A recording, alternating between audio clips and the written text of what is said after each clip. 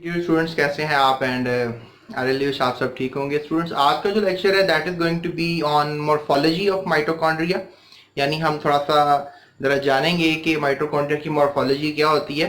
लेकिन उससे पहले थोड़ा सा मैं आपको गाइड करता चलूँ कि जो माइटोकॉन्ड्रिया है किसी भी, जिस तरह मैंने वो पहले भी बताया कि सेल के ऊपर डिपेंड करता है, उसके फंक्शन के ऊपर डिपेंड करता है कि या उसकी टाइप के ऊपर डिपेंड करता है कि कितने माइटोकॉन्ड्रिया होंगे किसी भी सेल में। जैसे फॉर एग्जांपल हम देखें, अगर हमारे पास मुख्तलिफ सेल हैं, मुख्तलिफ स्पीशीज हैं, तो उनके अंदर माइटोकॉन्ड्रिया की तादाद मुख्तलिफ हो सकती है। Depend upon species, cell type या सेल फंक्शन। ये आपने तीन चीज़ों को जो है थोड़ा सा दिमाग में रखना है। उसके बाद अगर फॉर एग्जांपल देखें कुछ ऐसे सेल्स के बारे में जिनमें बहुत ज़्यादा माइटोकॉन्ड्रिया होते हैं, यानी we just go from ascending to ascending order, यानी कम से ज्यादा की तरफ अगर हम जाएं, तो सबसे पहले मैं आपसे बात करूंगा अमीबा। ये चाउज नामी सेल्स हैं, दे आर प्रोटोजोन्स। तो इनमें देखा गया है कि इन सेल्स के अंदर 50,000 जो है वो माइटोकॉन्ड्रिया मिलते हैं। इसके अलावा अगर हम बात करें, जो सी अर्चन है, एक समुद्री एक मैरीन एनिमल है, उसका अगर हम देखें oocyte, यानी उसका एक अगर हम जर्म सेल देखें, तो उसके अंदर हमें नजर आते हैं तकरीबन 1,40,000 माइटोकॉन्ड्रिया, यानी समथिंग लाइक 140,000 टू 150,000 माइटोकॉन्ड्रिया। उसके बाद अगर मैं एम्फीबियंस की बात करूं, फ्रॉग फैमिली की बात करूं या सैलमेंडर्स की बात करूं, उनके oocyte की बात करें, तो उनमें तकरीबन 3 लाख यानी 300,000 माइटोकॉन्ड्रियाज भी देखे गए हैं और इनको थोड़ा सा देखा गया, यूटिलाइज किया गया। उसके अलावा लिवर सेल्स देखें, रैट के, मैमल्स की तरफ आ जाएं, लिवर सेल्स ऑफ रैट को देखें, तो उसमें भी काफी माइटोकॉन्ड्रिया, लेकिन इतने ज्यादा नहीं जितने आपको इन जानदारों में नजर आ रहे हैं। उसमें 500 से 1600 माइटोकॉन्ड्रिया आपको मिलेंगे। इसके अलावा अगर आप बात कर रहे हैं लार्ज नंबर ऑफ माइटोकॉन्ड्रियाज की, तो ये मैंने आपसे कर ली। अब देखें सबसे कम माइटोकॉन्ड्रिया किसके अंदर होते हैं, तो definitely that is algal cell, एक प्लांट सेल है और उसमें सिर्फ एक माइटोकॉन्ड्रिया होता है। यहाँ से आपको समझ में आ रहा होगा कि एल्गल तो प्लांट सेल्स होते हैं, यानी इसका मतलब प्लांट सेल्स में माइटोकॉन्ड्रिया की तादाद कम होती है as compare to the animal cells. तो यहाँ पर आप थोड़ा सा कह सकते हैं यस, क्योंकि एनिमल सेल्स जो हैं just have nucleus and energy producing body mitochondria.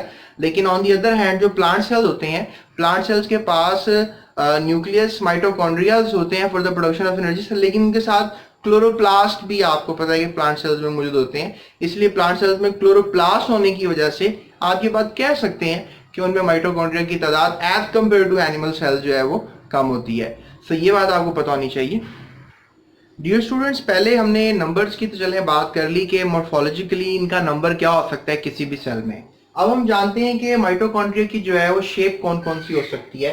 तो अगर हम शेप की तरफ देखें तो ये फिलामेंटस भी हैं और they are granular in structure as well, यानी ये टेप की तरह का जो स्ट्रक्चर है दैट इज फिलामेंटस। और फिर अगर उसी टेप को आप थोड़ा सा आपकी थोड़ी सी पार्टीशन कर दें, कुछ इस तरह कर दें, तो that becomes a granular structure and you know that कि इनके अंदर इनर फोल्डिंग्स होती हैं। तो ये एक रिमार्केबल बात है कि ये फिलामेंटस से ग्रेन्युलर और ग्रेन्युलर से फिलामेंटस, ये दोनों में इंटर कन्वर्ट हो सकते हैं। ये डिपेंड करता है इनकी फिजियोलॉजिकल कंडीशंस पर कि किस तरह का कुछ इनको होम्योस्टेसिस मिला है, किस तरह की इनकी फिजियोलॉजी है, किस तरह की इनको कंडीशंस जो है वो मिली हैं। तो स्टूडेंट्स, अगर हम फॉर एग्जांपल शेप की बात करें तो माइटोकॉन्ड्रिया जो है इसकी बहुत ही शेप्स हैं, जिनमें हम देख सकते हैं कि माइटोकॉन्ड्रिया जो है ये क्लब शेप के भी होते हैं, रैकेट शेप के भी हैं, वेसिकुलर शेप के भी हैं, रिंग शेप के भी हैं, रिंग शेप को आप राउंड शेप भी कह सकते हैं। तो ये शेप्स हैं माइटोकॉन्ड्रिया की जो मॉर्फोलॉजिकली आपको नजर आती हैं। जैसे फॉर एग्जांपल हम बात करें कि ग्रेन्युलर शेप जो है वो आपको प्राइमरी oocyte, यानी जो प्राइमरी कह लें कि सॉरी प्राइमरी स्पर्मेटोसाइट, ये रैट के जो स्पर्म सेल्स होते हैं उनके अंदर आपको जो है रैट के स्पर्म सेल्स के अंदर या स्पर्मेटोसाइट के अंदर, प्राइमरी स्पर्मेटोसाइट के अंदर जो शेप मिलेगी वो ग्रेन्युलर होगी, यानी माइटोकॉन्ड्रिया ग्रेन्युलर टाइप का जो वो होगा। और याद रखिए जब भी प्राइमरी स्पर्मेटोसाइट होते हैं तो सेल्स अभी गोल होते हैं। स्पर्म आपके माइंड में तो इस तरह का आ रहा होगा लाइक दिस, लेकिन अभी मैं इस शेप की बात नहीं कर रहा, अभी तो मैं आपसे बात कर रहा हूँ कि it is a circular in nature. तो स्टूडेंट्स, अभी तक तो आप सोचते रहे कि जो माइटोकॉन्ड्रिया है वो सिर्फ एक ग्रेनुलर टाइप या कह लें एक बीन लाइक स्ट्रक्चर है, लेकिन एक्चुअली ऐसा नहीं। आज की क्लास में मैंने आपको ये बता दिया है कि it is also a filamentous in nature. उसके बाद इसकी क्लब शेप को देखा गया है हमने लिवर सेल्स में देखा है, यानी क्लब शेप जो माइटोकॉन्ड्रिया है they are found in the liver cells. और याद रखें ये जो फिलामेंटस शेप का माइटोकॉन्ड्रिया होता है इसमें भी क्रिस्टी होती है एंड फंक्शनल होता है, और ट्यूबुलर और ग्रैनुलर लाइक स्ट्रक्चर जो है वो भी फंक्शनल ही होता है। आपने आज एक लफ्ज सीखना है जो मैं आपको बताऊंगा, दैट इज माइक्रोसिनेमेटोग्राफी।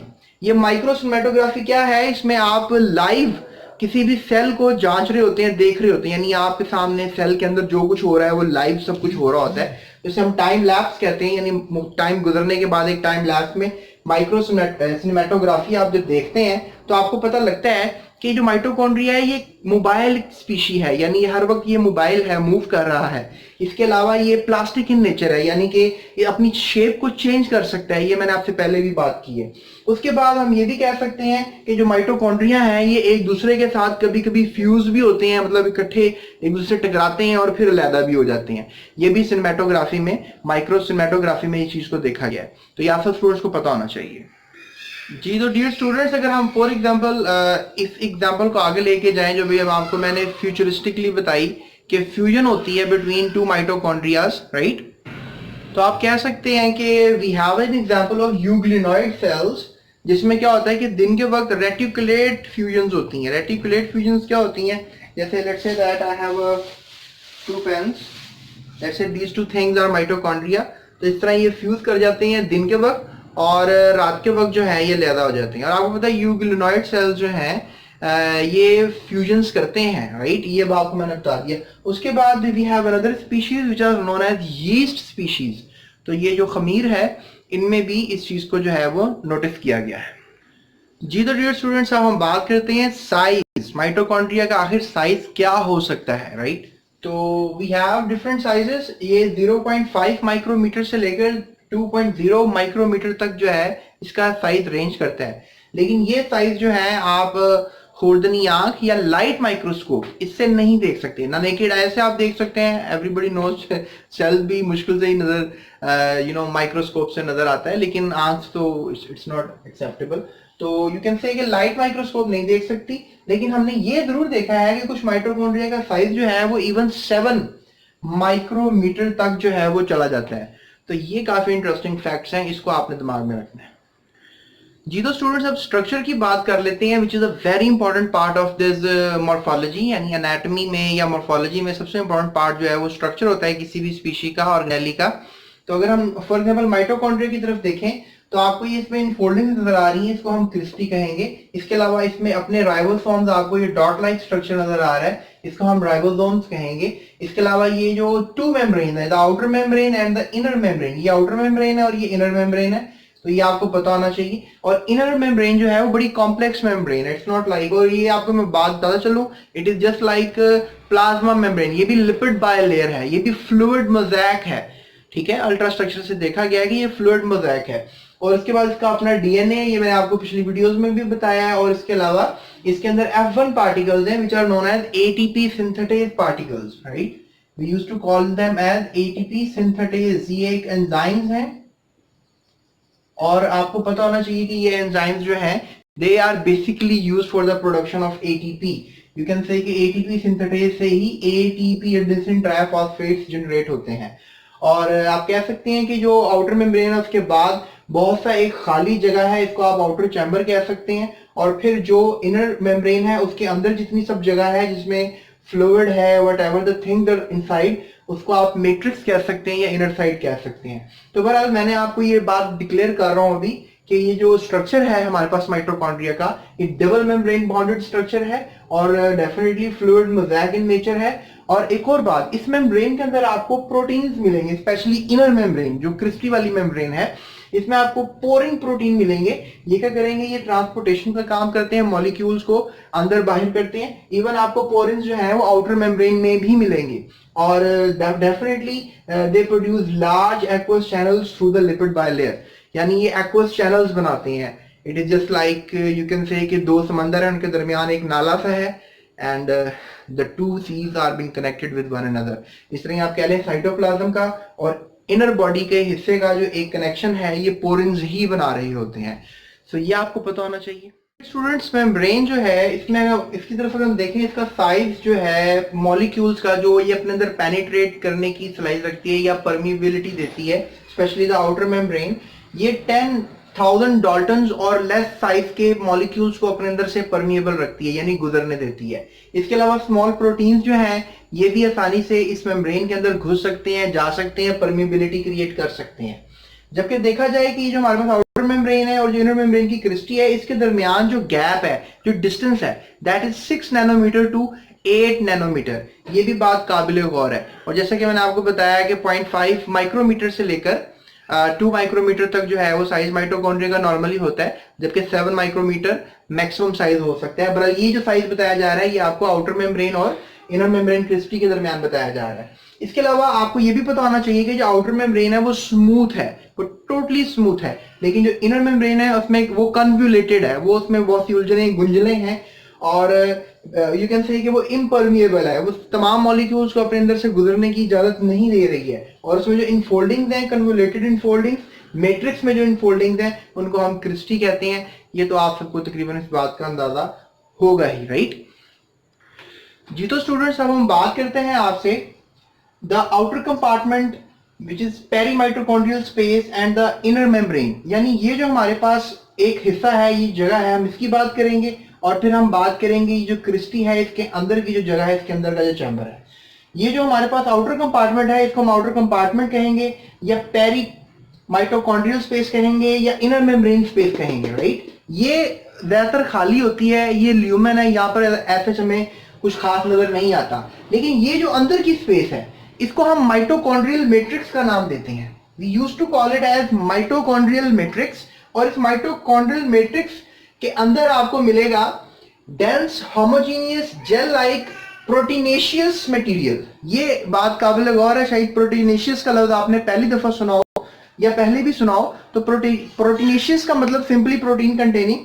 तो इनर कंपार्टमेंट मैट्रिक्स स्पेस जो है, ये वाली स्पेस, इसमें आपको क्या मिलेगा, यानी कि माइटोकॉन्ड्रियल मैट्रिक्स में आपको क्या मिलेगा, इसमें आपको मिलेंगे लिपिड्स, प्रोटीन, सर्कुलर डीएनए, ये सब मैंने इसके लेबल किए हुए हैं। इसके अलावा 55S राइबोसोम्स आपको मिलेंगे इसके अंदर, और इसके अलावा इसमें मिलेंगे आपको खास किस्म के ग्रेन्यूल्स। इन ग्रेन्यूल्स का क्या फंक्शन है? इन ग्रेन्यूल्स का फंक्शन है कि एक्यूमुलेट करते हैं आयंस को, यानी आयंस को ये बनाते हैं और स्पेशली ट्रांसपोर्ट का काम भी यही करते हैं। और आयंस और वाटर के आयंस को ट्रांसपोर्ट करने के लिए जो है इन दोनों का बहुत ज्यादा अहम किरदार है।